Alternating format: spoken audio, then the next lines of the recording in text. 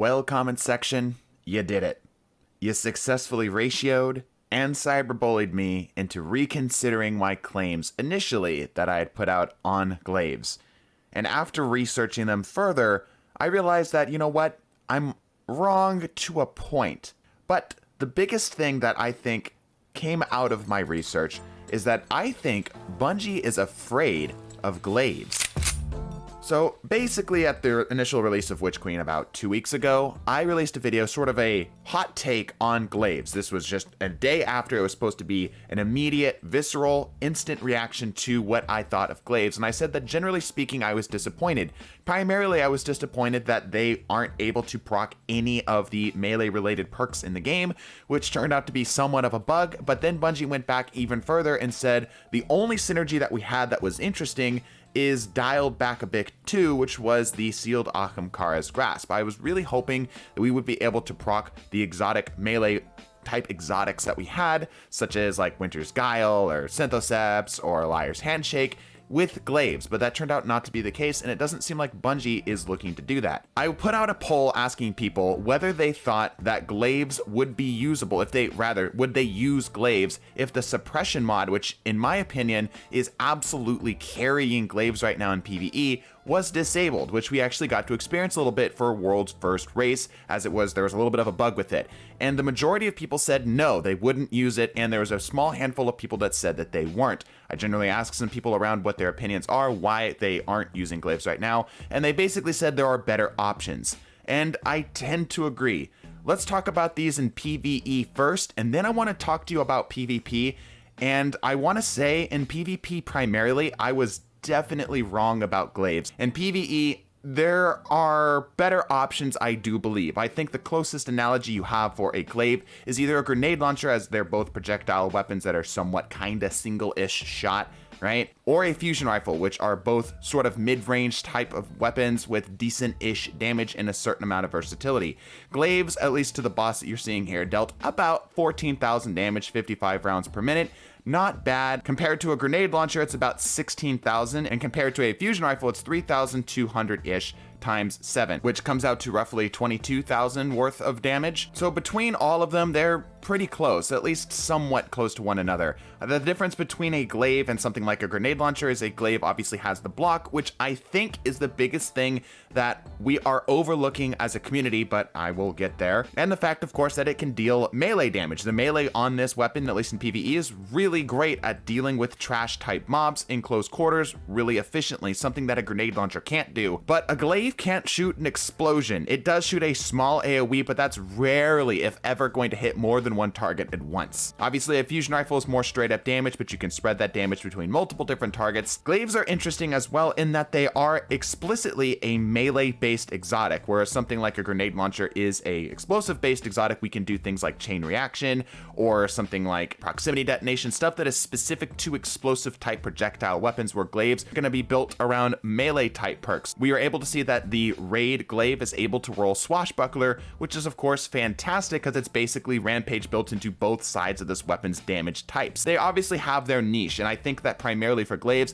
their niche is designed to be around versatility and general survivability, something in the game that we haven't really experimented with until Stasis. We didn't have real good survivability tools in the neutral until Stasis, where we're able to get damage resistance just by being near a stasis crystal. But let's talk about these in PvP. My opinions of them were, I'll be honest, a bit blunt, and I still hold to them to a point. And this is where I say Bungie is afraid of Glaives. I mentioned earlier that the blocking is the skill gap. That's going to be the big thing that we as a community need to learn to understand in order to master these weapons and master this archetype in general. The blocking is a unique mechanic that we don't have with something like a sword. A sword is able to get to its block a little bit more frequently and more regularly. However, the Glaive block is 100% damage resistance, but there are some caveats. It does not block things like melees or something like AoE. So if you're trying to block a rocket launcher, good luck. If you're in close quarters and you're just trying to survive one more punch from that enemy,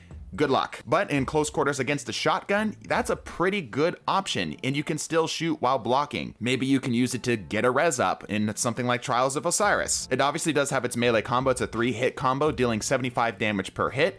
There is a slightly increased chance of you whiffing because you have to hit one more melee, even though you are slightly faster than a 2-punch combo from a normal Guardian. But why would you ever use that over something like the Lorentz Driver? Maybe that's not the best analogy.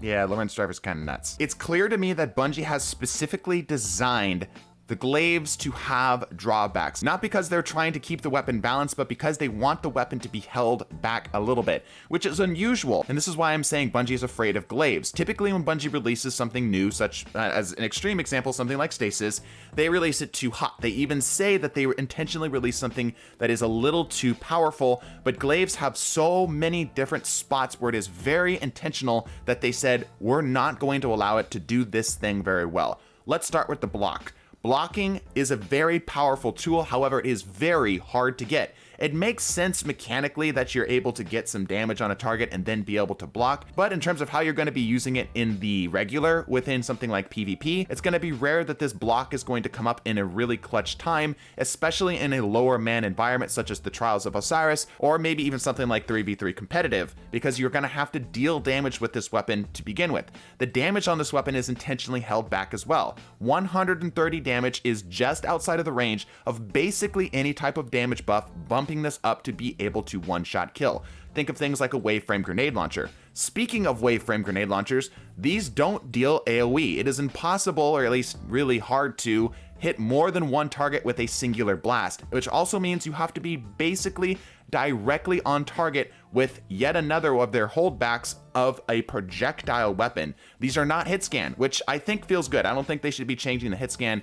And lastly, these don't have infinite range, which for me is a little bit odd. Like, I get that these are supposed to be a melee weapon, but because they're projectile based, realistically at really far ranges, if you can hit somebody like Tom Brady from way downtown with a projectile, you know what? I believe you earned your right to hit that target. Maybe Bungie wants to make sure that the range stat has some type of effect within the game, but maybe we could just make those projectile speeds a little bit faster instead. Maybe this could have velocity rather than range, like something like a rocket launcher does. I don't like to leave criticism without some type of suggestions into how to make these a little bit better, hopefully without breaking them outright in PvP or PvE. First of all, like I mentioned, I don't see a reason for these to be not infinitely ranged. They're a projectile weapon, they're a skill-based weapon at further ranges, far more skill-based in my opinion than something like a sniper, because a sniper's hit scan, at least if you know if you're gonna put it on somebody's body, or just kind of do what's called ambush shooting, where you put it in a singular spot and wait for somebody to pass you, you can pull the trigger with decent reaction time.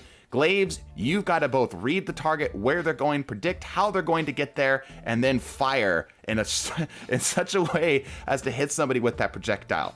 Secondly, I think Glaives should, by default, whenever you spawn in, have 25% of their shield. This will make them a much better option for dueling when you're on a low man environment. In sixes, I'm totally able to get away with this. In fact, as a slight aside, if you're a hunter, Glaives could be your best friend because you can cancel either of the Glaives melee or the shot into a dodge, which allows you to get to the next damage dealing whatever much quicker and allows you to move in the process. I'm currently working on a build right now, which is playing around the idea of being a monk, where you're taking this glaive in with a lot of different dodges and slicing and dicing in close quarter and bopping everybody over the head, as you can see in this little clip right here.